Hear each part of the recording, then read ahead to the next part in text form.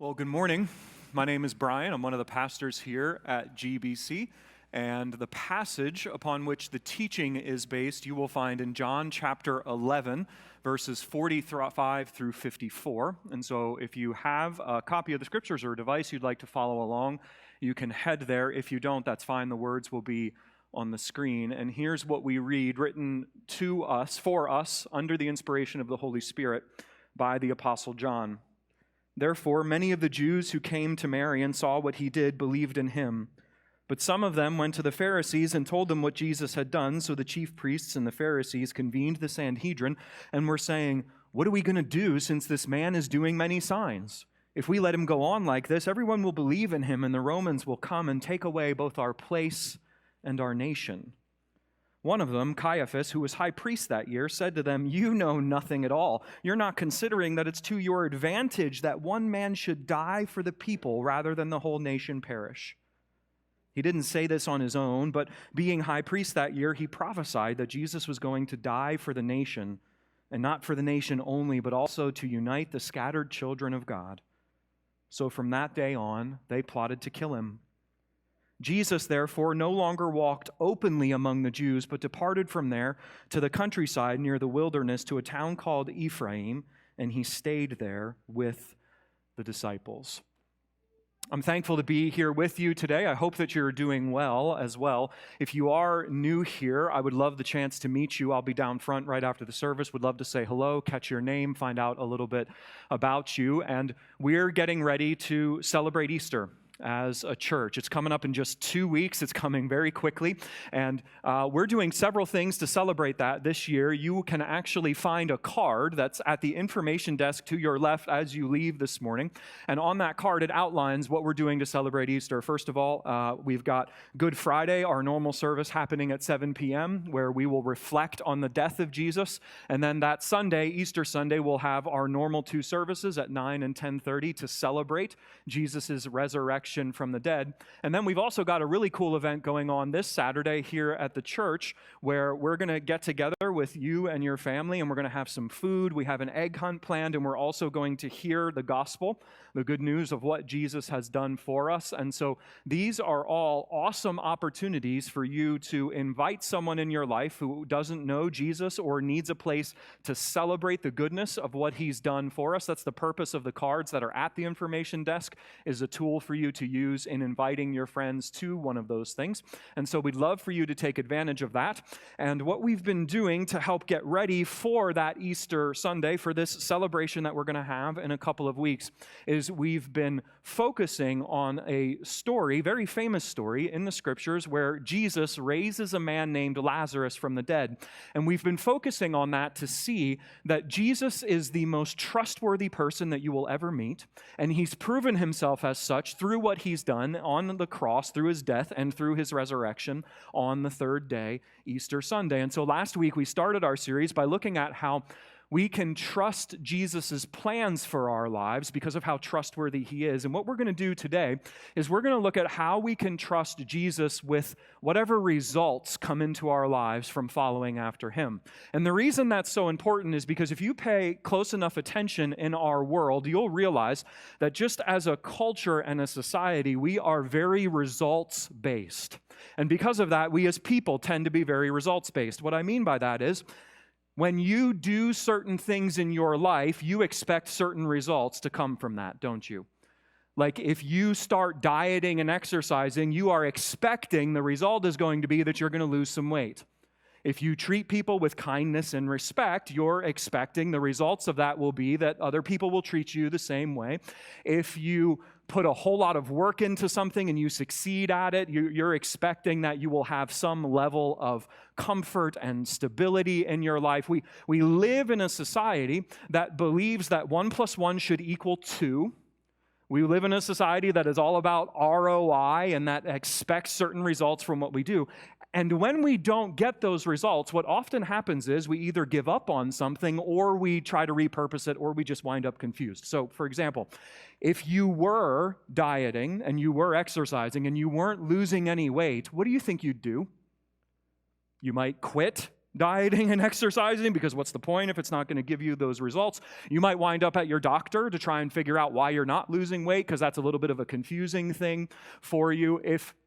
If you find yourself in a place where you are working hard at something and you are succeeding at it, but you're not experiencing the level of comfort and stability you expected, you might go try to do something else to succeed at that, or you might just quit whatever it was that you were doing. If you treat someone with kindness and respect, but they don't return that, what you might wind up doing is cutting that person out of your life. It's this experience that we have of life where we have an expectation of the results that certain things should bring, and when they don't, it causes us to either cut those things out of our lives, to repurpose them, or to just be confused. That's why you'll see in the business world that if a person or a department isn't producing intended results, that person or department either gets repurposed or cut out. It's why we're so confused when you read stories about really physically fit people who go out for a run and they don't come home because they suffer a massive heart attack while they're out on their run, and that just doesn't add up for us. How does someone who's so in shape wind up having that happen? And the reason I point this out, and I want you to realize that's how we tend to view our world and our culture, is because that mentality can be very problematic for someone who follows after Jesus. That's why I want you to see today, and the biggest thing I want you to remember from our time together is that you can trust Jesus enough to follow him no matter what the results of that are. So here's what I want to do. I want to kind of set the context for where we're at in our story so that we're all on the same page. If you look at John 11, the context of the passage that we read together, you will notice that John 11 starts with Jesus getting word that his friend Lazarus is sick. And so Lazarus' sisters send Jesus word, and they do that because Jesus has healed numerous different people like Lazarus in his ministry, and they're hoping Jesus will do the same for their brother, only Jesus doesn't. He delays, and by the time Jesus shows up, Lazarus has been dead and buried in a tomb for 4 days. Now that requires an important conversation between Martha, Mary, and Jesus that they have, and then Jesus, seeing the pain of Mary and Martha and their friends as they're going through the funeral for Lazarus, Jesus weeps over their suffering. And then he asks to be taken to the tomb where Lazarus was laid, and when he gets there, he asks for something else. He asks that they roll the stone away. And Jesus gets a little bit of some pushback on that, and it's reasonable pushback, because if Lazarus has been in the tomb for 4 days, his body has already started to decompose, and it's really going to stink if they move the stone, but Jesus is not deterred, has them move the stone anyway, and in this crazy moment, Jesus prays, and he simply speaks to the man who's been dead for 4 days and tells him to come out of the tomb, and the dead man listens. Lazarus walks out of the tomb. Not only does he walk out of the tomb, it seems like he walks out of the tomb as if he had never died 4 days ago and never been sick. And they remove all of the grave clothes from him and they let him go. And what I want you to see from this story, one of the biggest things that I want you to hear me say today is this: sometimes God produces results that we do not expect. Like sometimes God produces results that don't add up. Think about this with me for a second. Man is dead in a tomb for 4 days, during which his funeral has been going on, should not result in that man coming alive again. Like that math just like, guy dies from being sick, plus put in a tomb behind a stone, plus 4-day-long funeral, plus Jesus showing up, shouldn't equal Lazarus is alive again. But praise his holy name, there are times where God works in our lives and in our world in a way where he brings results that don't add up, that are absolutely awesome and absolutely amazing.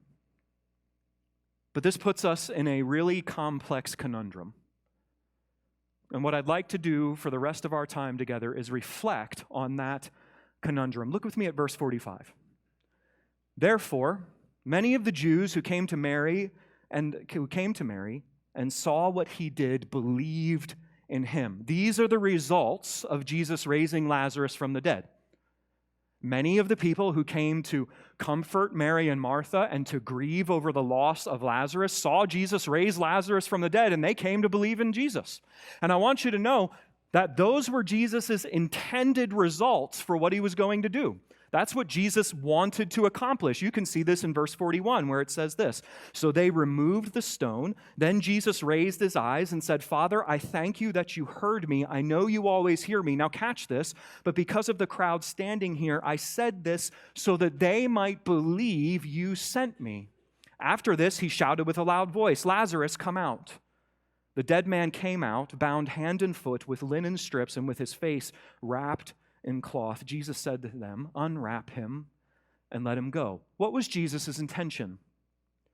What results did Jesus want to produce by raising Lazarus from the dead?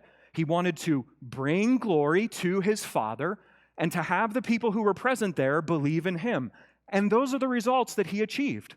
Jesus raised Lazarus from the dead.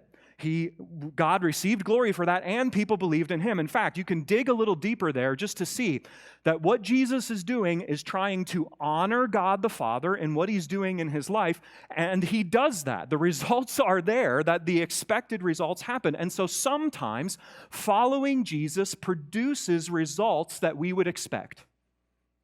There are sometimes in our lives, following after Jesus produces results that we would expect. Because whether you realize it or not, whether you consciously acknowledge it or not, you have expectations for how following Jesus should result in your life. So, just like Jesus, we have been called as followers of him to glorify God in our lives and to point other people to him. And the way that we do that is we follow Jesus' commands for our lives and how we're supposed to act and think and speak to one another. And we, whether we realize it or not, expect certain results to come from that. We expect God to be glorified in that. We expect other people to come to believe in Jesus because of that. But if we're honest, we expect other results as well. Where most of us, whether we realize it or not, believe that if I follow Jesus in my life, the results will be blessing.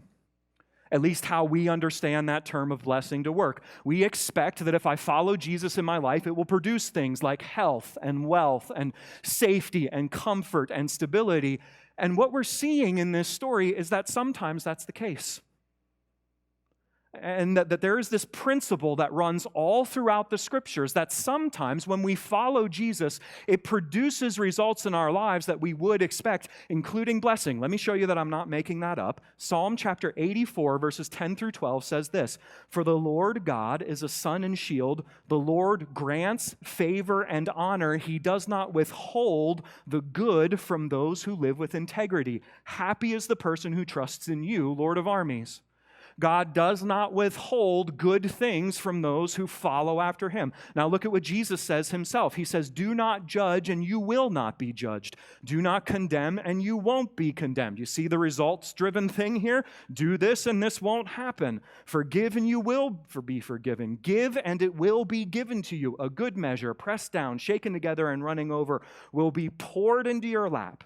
For with the measure you use, it will be measured back to you. So the idea that living for Jesus should have certain results in our lives, including temporal, right here and right now blessing, is something that actually exists in the scriptures.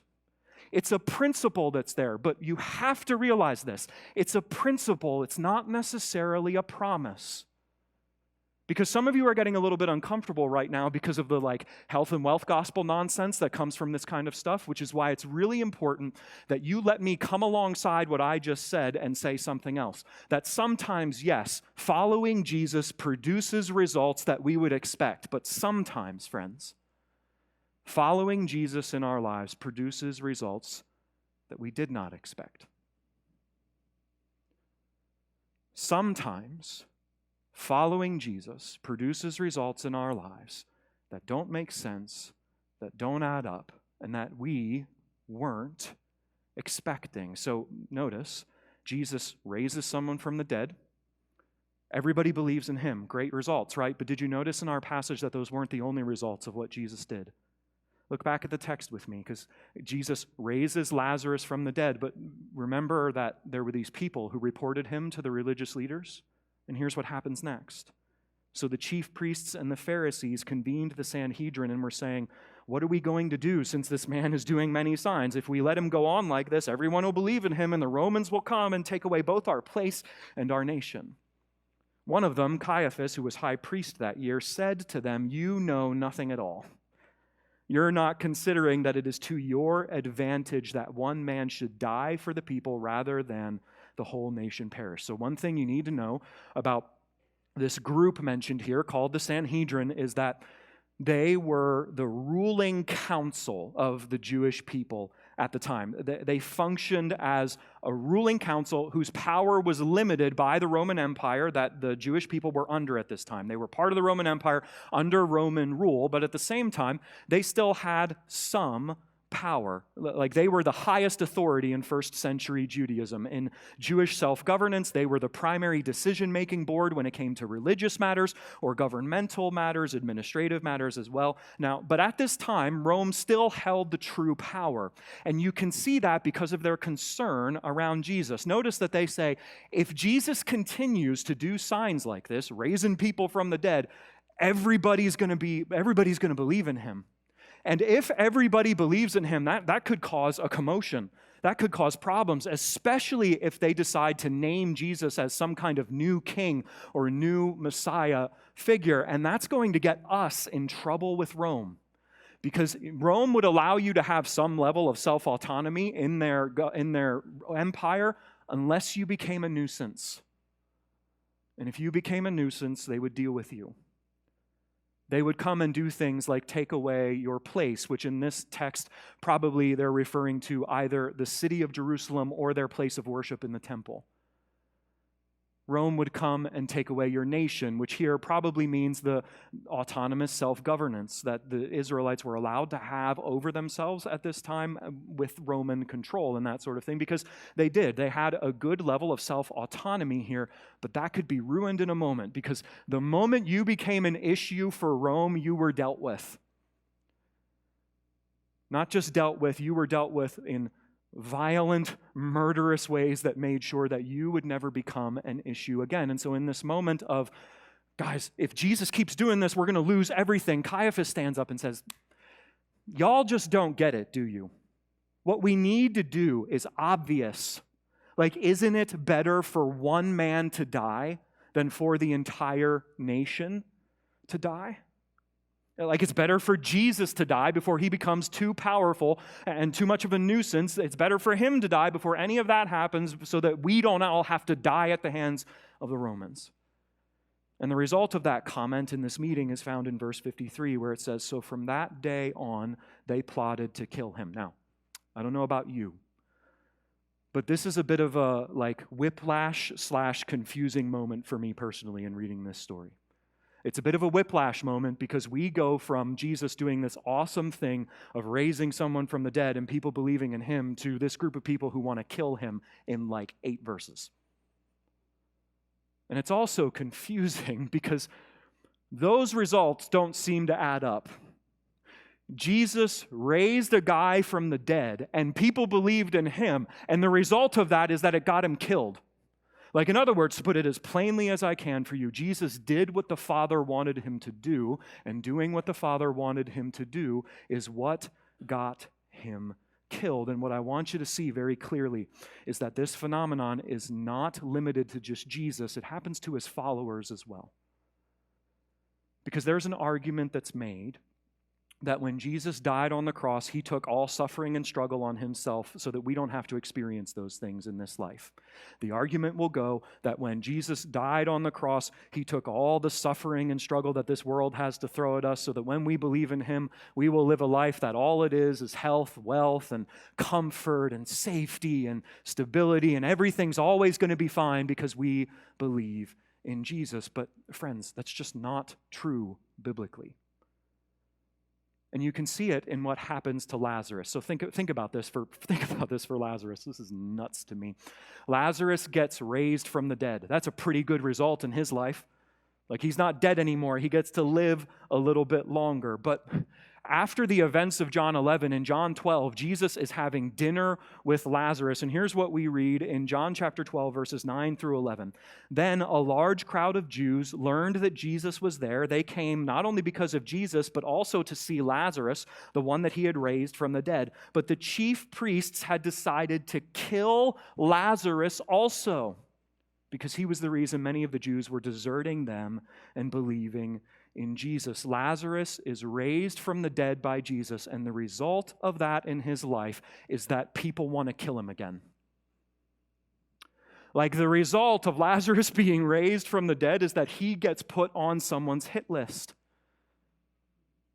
What this is showing us is that there are times in your life where following Jesus is going to produce results that you did not expect. There are times where following with Jesus might cost you a job rather than get you a promotion.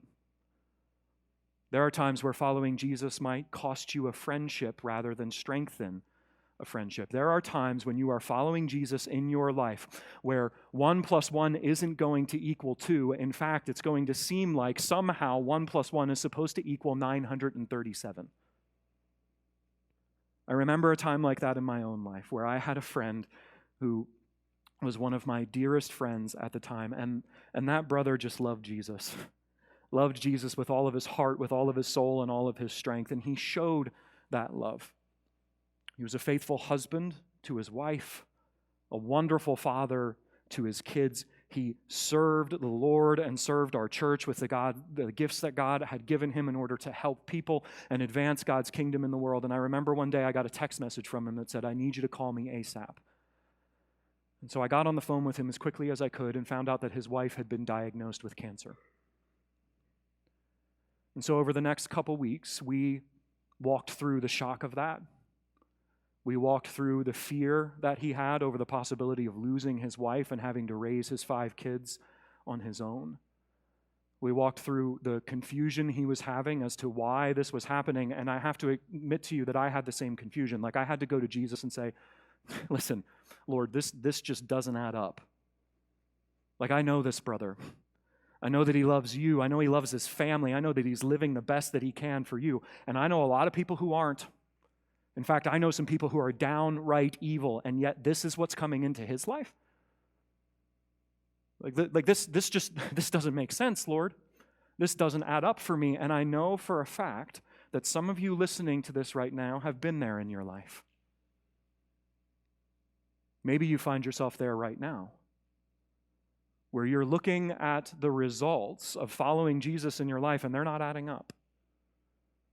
They're not making sense. And that can be a very confusing and disorienting time that causes us to ask questions like, is following Jesus worth it if this is what it's going to produce in my life? Does Jesus even care? Lord, are you just stringing me along in this whole thing? And so whether you find yourself there today, or you've been in that place before, or you find yourself there another time in your life, what I want to do is I want to show you a few things that we find in our passage that shows you that you can still trust Jesus even when the results don't add up. The first one that I want to give you, I want to be quick with it because I've already alluded to it, but I want you to know that if you need more conversation around this, please reach out to me. I'd love to sit down and talk with you more about this concept, but I need you to hear me say this. Jesus never promised you that you would never suffer or struggle in life. That's not a promise that Jesus has made to us. He didn't promise us that following him would produce things like health, wealth, safety, and comfort. And you can see that in our story just in general. You got to realize Jesus was perfect. Jesus never did anything wrong. And on top of that, he also healed the sick, casted out demons, lifted up the poor, the marginalized, and the oppressed. And yet the scriptures call Jesus a man of sorrows. Someone who was familiar with struggle and with suffering. And so if the perfect man who never did anything wrong and did all kinds of good things for everyone around him in his life, if he was not spared suffering and struggle, why would you and I expect that we would be?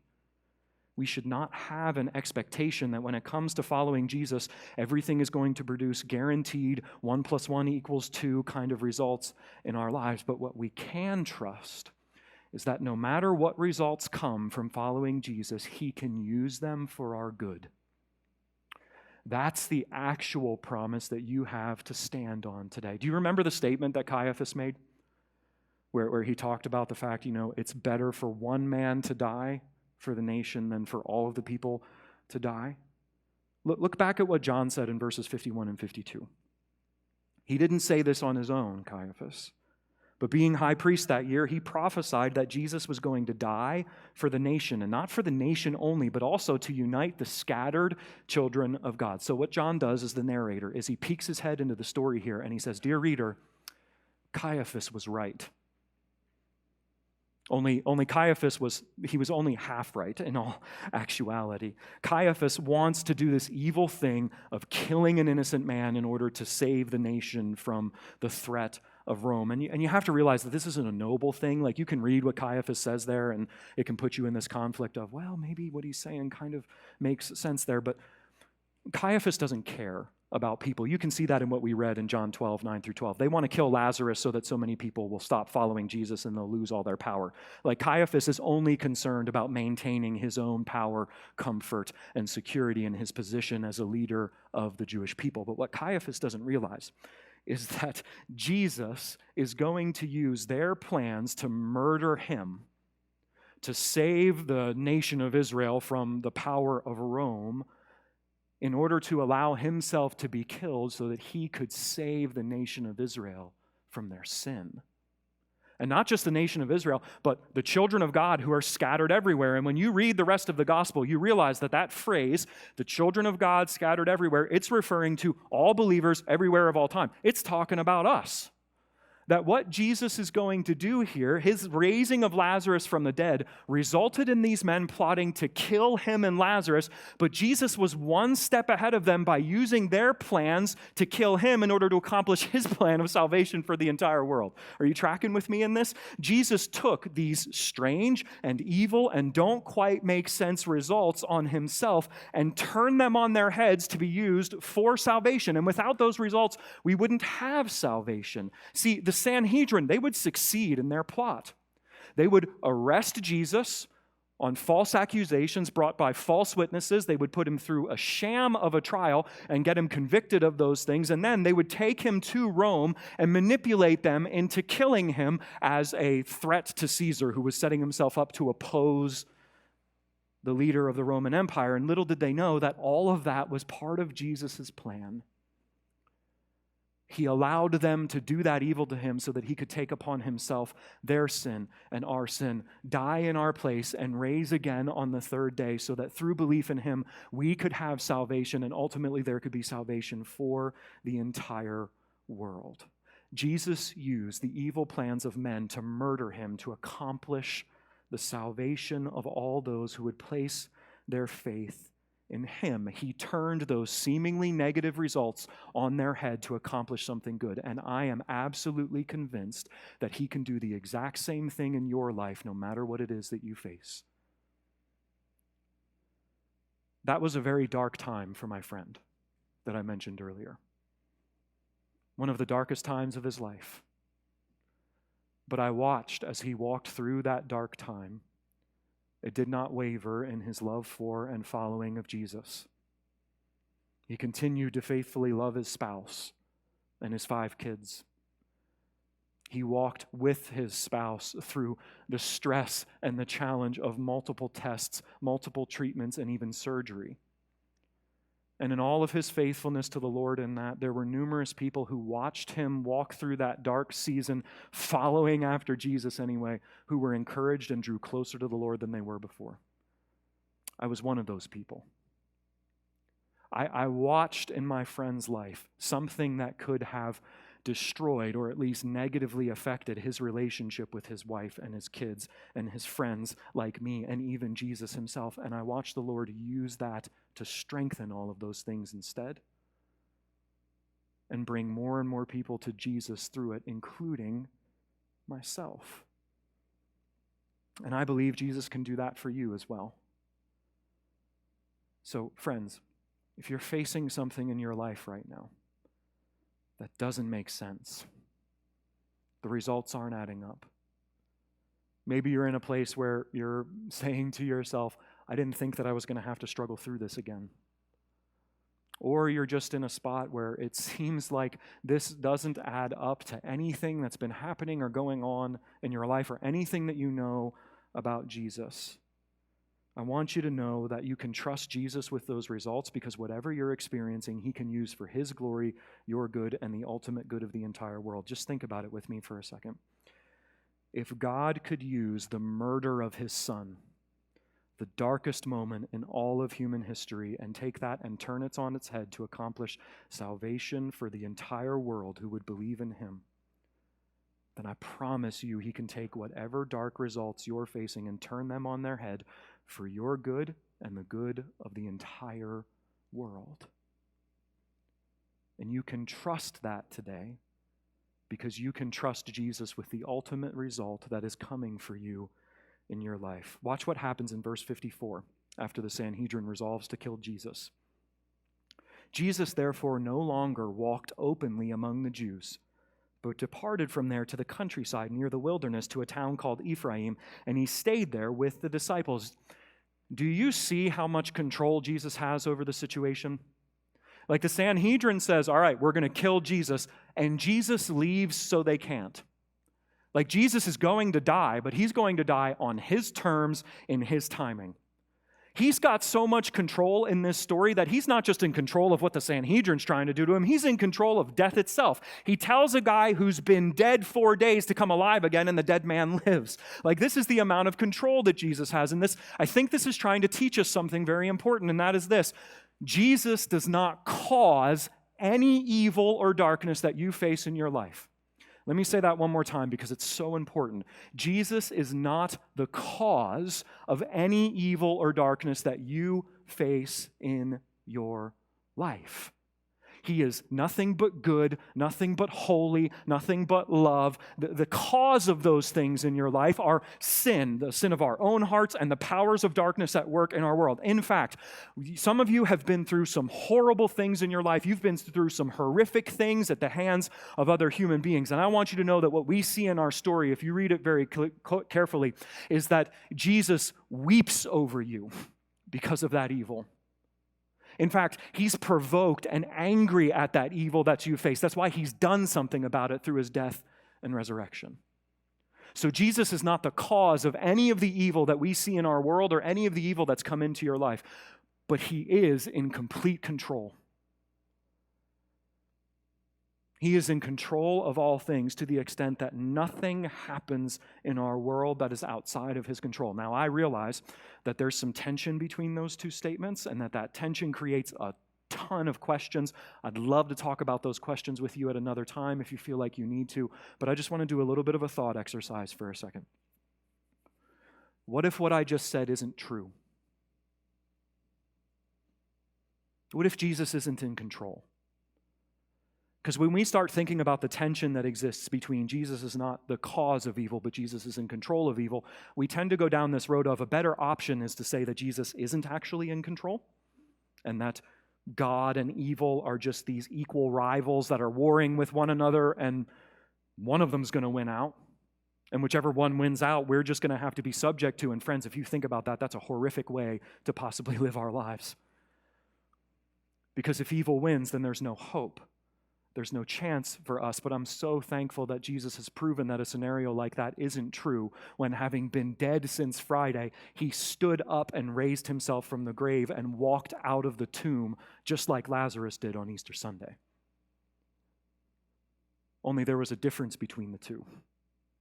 See, Lazarus would die again, whether it was at the hands of the Sanhedrin, or he got sick again, or he just got old. Lazarus was going to die again.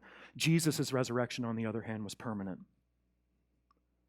He was never going to die again because his resurrection shows us that he has conquered the powers of sin and death on our behalf so that they no longer have any power over him, and they actually don't have any power over us because in killing us, in dying, we are ushered into the ultimate results that Jesus has for us. And what I want to do is I want to show you the ultimate result of following after Jesus that he has for every single one of us who will put our faith in him. Revelation chapter 21, verses 1 through 5. Before we read it, if you have a church background, your temptation is going to be to glaze over while I read this. I'm encouraging you not to. Listen to these words and receive them as true. Here's what it says. Then I saw a new heavens and a new earth. For the first heaven and the first earth had passed away, and the sea was no more. I also saw the holy city, the new Jerusalem, coming down out of heaven from God, prepared like a bride adorned for her husband. Then I heard a loud voice from the throne, "Look, God's dwelling is with humanity, and he will live with them. They will be his peoples, and God himself will be with them and will be their God. He will wipe away every tear from their eyes. Death will be no more. Grief, crying, and pain will be no more, because the previous things have passed away." The one seated on the throne said, "Look, I am making everything new." He also said, "Write, because these words are faithful and true." This is the ultimate result of following Jesus for anyone who will put their faith in him, because he's in control of all things. And so you can know that even if things don't make sense here, you're guaranteed to experience a day when they will. There will come a day when 1 + 1 = 2 every single time. Because the guaranteed result of following Jesus is that you will get to spend eternity with him in an existence that all evil and sin has been completely eradicated. And so what that means for you right now is that you know that no matter what results are being brought into your life right now from following Jesus, those results can be absolutely turned on their head, no matter how bleak or evil or terrible they are, to be used for your good and the good of the whole world. And you know that because that's what Jesus did with his own broken body and shed blood, symbolized in the elements of the Lord's Supper. And so as we go to the table, I'm going to invite you to prepare yourself for that by asking yourself 2 really simple questions. The first one is, do you trust Jesus enough to follow him in your life no matter what the results might be?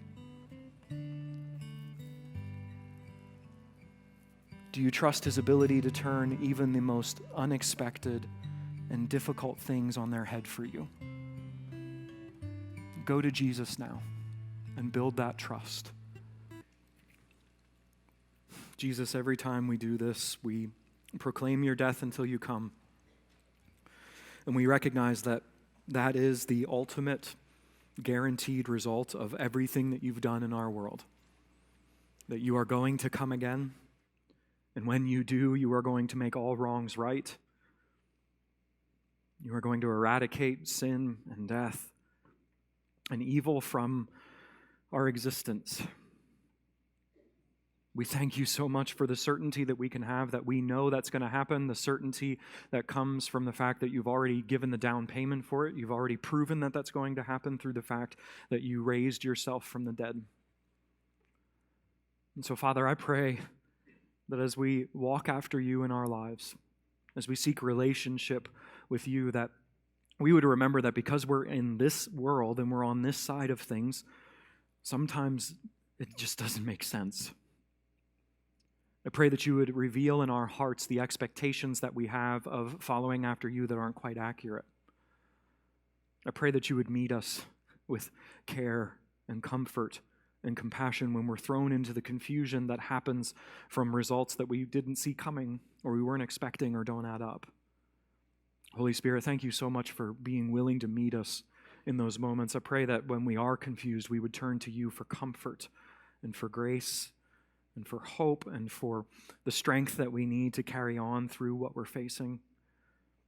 And ultimately, Jesus, my biggest prayer for us today is that you would build our trust in you so that even when things don't go the way we expect, we would know that you are who you say you are, that you're going to do what you say you're going to do, and that you can even use those things that are hard, that we didn't expect, that aren't the results we saw coming, and you can use them for our good, for the ultimate good of the entire world, and you can use them for the salvation that you have planned for all of us who place our faith in you and for the world that you've created.